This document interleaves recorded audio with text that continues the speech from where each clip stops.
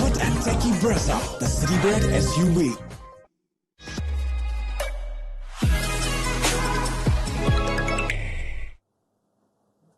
"60 games later, we queue on the points table. Kolkata Knight Riders become the first team through to the playoffs of IPL 2024. They beat Mumbai Indians by 18 runs to get to 18 points and all but assure themselves of a top 2 finish. We look back on that contest at the Eden Gardens on Maruti Suzuki Arena, presents ESPN Cricket for Timeout, powered by JBL. One final time this Saturday evening with Tom Moody, McClenaghan and Varun Aaron. We thought 157 could be a tricky score, but KKR, their bowlers, especially Varun Chakravarthy, made it a canter for them.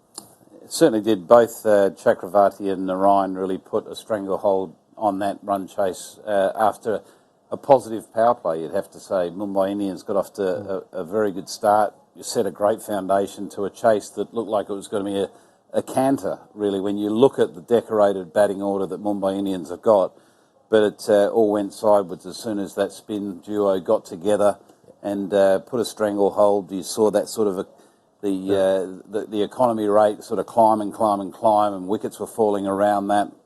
It was the perfect sort of strangle by KKR. Yeah, it should have been a canter. Really should have been a canter. They such a great start. You're right, and we spoke in the mid show that the only way KKR were going to win this was by taking 7 or 8 wickets, and they ended up doing that, and in weird fashion as well. There was some pretty rogue shots. There was almost like a lack of care in the middle there in particular. Which, I mean, what you look at it, you've Hardik 2, Tim David, none off 3, Wadera getting run out at the end there. Just look a little bit shambolic, unfortunately. Yeah, and there's a big storyline with the kind of innings Rohit Sharma and Suryakumar Yadav played as well, both of them struggling and going at well below a run a ball. But before we get to that, Varun, just overall thoughts on KKR. Haven't been in the playoffs for the last couple of seasons. First team through and really most cylinders firing. They look like a unit which is really gelling well together at the moment, because if you see there's one bowler getting a wicket, there are like 5 or 6 guys celebrating, even if he's out there in the boundary. They're not playing deadpan cricket at all. They're really involved. Everybody knows their roles. Even the way they used Harshit Rana today was really good in the last over. They didn't go with the same format which they've gone before, and it didn't work for them. And obviously, both the mystery spinners coming together and bowling really, really well for them in the middle. I thought Varun Chakravarthy was exceptional, especially. He got a little extra bounce, a little more bounce than usual, and he uses variations really well. He's getting his lengths really right, because if we look at the start of the tournament, he was going for a few, but I think after the 6th, 7th game, he's turned a switch and it's going really, really well. I mean, Russell, again, important wickets at the right time. Yeah. On the Chakravarthy, the wickets that they've been playing on recently have favoured the spinners just a little bit more than they did at the start of the tournament. I feel like the start batters were playing him a bit more like a medium pacer, where his variations have really come into play. Particularly today, it was a little bit sticky the last couple of games. But you're right, spot on. His links have been absolutely outstanding. And KKR, look, I'll tell you what, personally, I didn't pick them to be in the top 4 at the start of the season, but I'll tell you what, the cricket they've been playing, like you say, the camaraderie, how they've brought that unit together, and I mean, they haven't bowled amazing throughout the whole tournament, really, as a unit, but their batting has been sensational, and it's bought their bowling unit some time to get into a rhythm, get into the tournament, and now I think we're starting to see probably, with the form of the other teams, the front runners for winning the IPL this year. Yeah.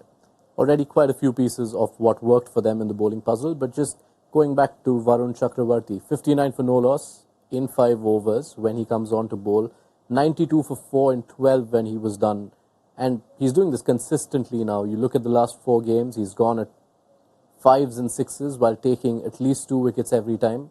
What's making him so difficult to score against?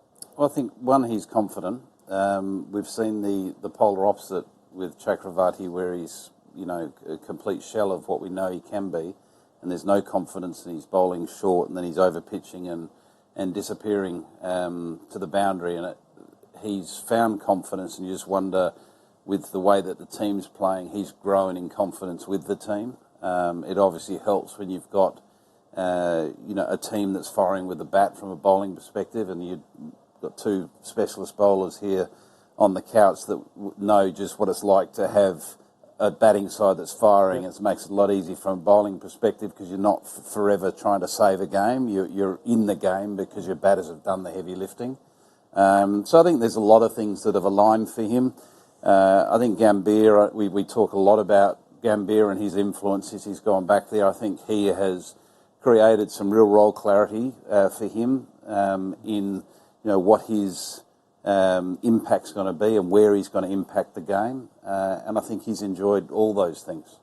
Yeah, I think as well, just to finish that off on Chakravarthy, I think tonight, the fact that he bowled that fourth over, that'll give him even more confidence. Yes. We're looking at a game where only one bowler from each side was going to bowl that fourth over, and we thought there was probably a 90% chance that was going to be Sunil Narine, and to give him that fourth over and for him to perform like that will give him even more confidence going into those finals. Yeah. So 2 for 17 for Varun, 1 for 21 for Narine. Andre Russell with 2 wickets, and he's making a happy habit for KKR of getting vital breakthroughs. The reverse fixture against Mumbai, he got Surya and Hardik. In the game in the middle, he got Puran and Stoinis, and today he gets Surya and Tim David.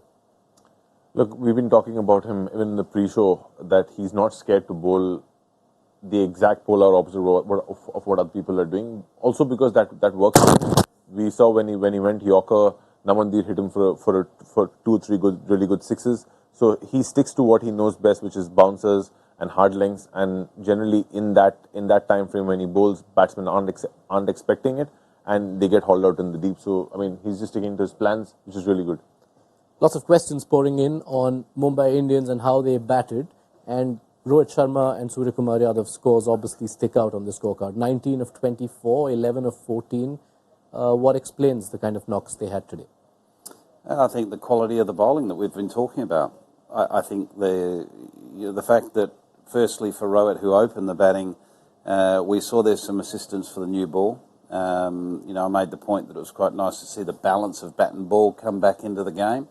Therefore, it wasn't just sort of step and hit type cricket and see who can hit the most amount of sixes, wins the game. This was, required a little bit more finesse around, building an innings and navigating some tricky, overs, which were going to be the power play overs with the new ball. And then you had this great strangle with the spinners. They were brought into the attack during the power play overs, and then they, very much in those early overs of the middle phase of the game, they made it very difficult. And you only have to look at Suryakumar's historical record against Chakravarthy. It's not great. He has most bowlers in the IPL covered when it comes to having a better record with strike rate and dominance, but Chakravarthy is one stumbling block that he can't seem to cross. Uday Verma asks on our YouTube live, Rohit's form has completely collapsed before the World Cup. Is it a big worry?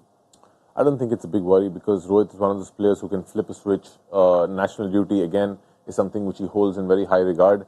And a player of his class, you can easily use the phrase, form is temporary, class is permanent. He will find form, and I don't think it's a worry at all. Yes, at the moment, it's been a big worry for the Mumbai Indians.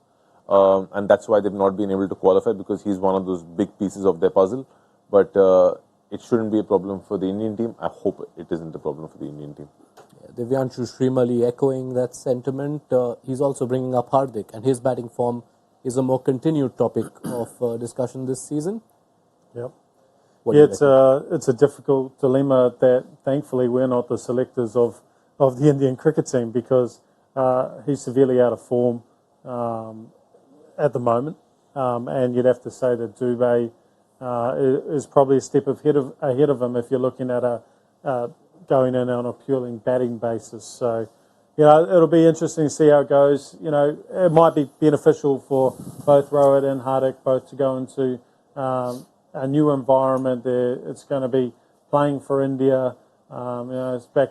They've got one goal, and that's to bring back a trophy for India at the end of the T20 World Cup. Yeah. At the moment, for Mumbai Indians, they will hope that they can just combine to get a win in the last game. They have only one remaining game, and there's a chance they could finish bottom of the points table for the second time in 3 seasons. A look at the points table. The bigger story, of course, from tonight is Kolkata Knight Riders landing that queue. They are through. They are on 18 points. And as we said at the top of the show, they are all but assured of a top 2 finish given that massive net run rate that they have. And when I say all but assured, I will break it down further. Sunrisers will have to win their last 2 by a combined margin of 300 runs, assuming they score 200, for their net run rate to go past KKR's. And that is assuming. Yes, they're through. They are top 2. Top 2. Long story. They're through at the top 2. And which is where Steve Matthew asked, given how the last few games have panned out, are KKR suddenly favourites over RR when you look at the table as it stands? Well, their 2 spinners are in better form. I think their batting are probably on par with Rajasthan. You know, their batting's been firing and in pretty good shape. I think if you're looking at it, lining them up now and they're playing tomorrow in a final, you would probably favour KKR over RR at this stage purely on the fact that I think they've got, across the board, more form players. Agreed? KKR, RR at the moment? Yeah, am I wrong in saying that KKR's batting unit has only struggled at shape up? Like they didn't get a total there, and that's probably the only concern. Yeah, they were 140 odd, weren't they? That's the only concern because that's where the final's going to be. I think that the way that final wicket will play might be a little bit different if Chennai's not in that final. But I think right now, I think you're probably saying that KKR's got the advantage. All right, we will leave it there. As far as the questions go, also have to take stock of the time. We're well past midnight tonight, given the late finish, the late beginning in Kolkata. So now it's time for a rapid-fire review of KKR's win over Mumbai Indians at Eden Gardens. Mitch, first word to you. 2 for 17, given the 4th over ahead of Sunil Narayan, rate Varun Chakravarthy's spell. Oh, it was huge. He was on the mark. Varun alluded to earlier that his lengths were impeccable, and a little bit of assistance from a slightly sticky wicket definitely showed all his skills. So he was top class tonight, and that'll give him a massive confidence boost. To you, Tom, what explains Rohit Sharma and Suryakumar Yadav's struggles tonight? I think you've got to give credit to the opposition at times. I think KKR bowled particularly well to Rohit Sharma with a new ball, challenged him, and they brought spin into the attack quite early, which put a strangle on both those players, made it difficult for them to, flow freely. Varun, why were Kolkata as a bowling unit so much tougher to score off than Mumbai? It's purely because they have 2 really quality spinners. Mumbai don't have that many spinners. They have got Piyush Chawla, who is in good form, who has been bowling really intelligently, but you need another spinner to work in tandem with in the middle order. And KKR is top of the table when it comes to their spinners at the moment. They both hit form, and that's where they'll want to be. Mitch, has Russell the bowler been more influential than Russell the batter this season for KKR? Well, I think the top order of KKR has gone so well that they haven't had to rely on Russell the batter. So probably the impact he's had with the ball has probably been more significant. He's come in and broken partnerships at times and quite often taken big wickets at big times. So I'd probably say leaning towards the bowling, but at some point that Dre muscle Russ, as Matthew Hayden likes to say, will be back on form with the bat. Tom, what will Venkatesh Iyengar's recent run of scores mean to KKR's batting unit? I think it gives them stability in the middle. If it goes wrong at the top, which it has rarely this year with Salt and Narayan, I think you can rely on a middle order player that's in some really good form, but he's been proactive the way he's gone about, trying to resurrect their innings and done it very effectively. And finally, Varun, early impressions of Anshul Kamboj from his first 2 outings? It's been really refreshing. Hits the deck hard, gets lateral movement off the deck, which is a bit more difficult to negotiate as a batsman than just swing, and bowls at a decent lick as well. Reasonably accurate, so he's got a bright future, and I hope they take care of him. All right, thank you, gentlemen. That has us covered for the analysis of the game. Now let's find out how you all have fared in the impact zone.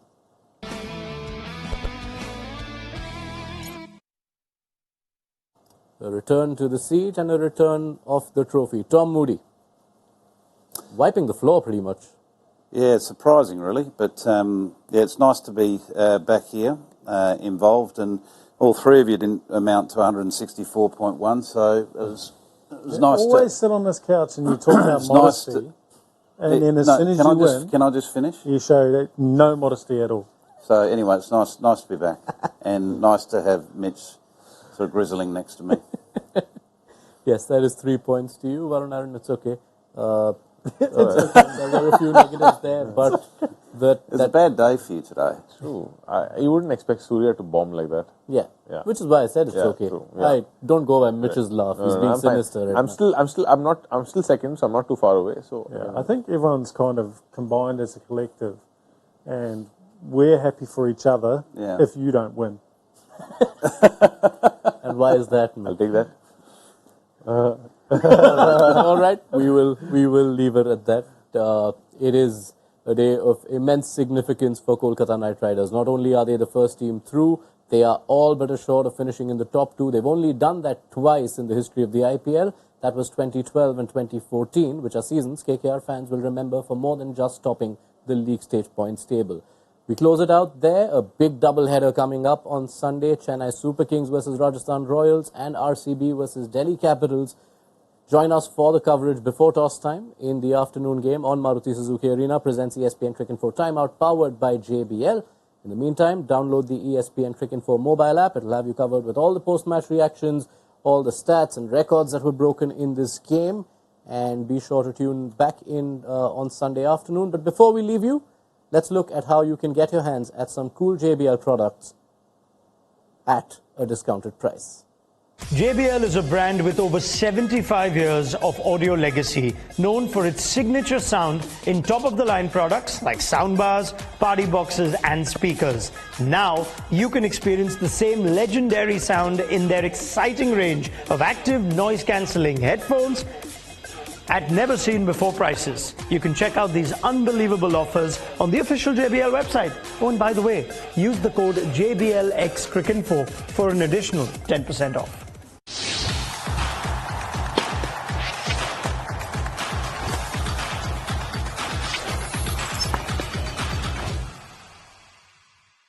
All new hot and techy Brezza, the Citybird SUV.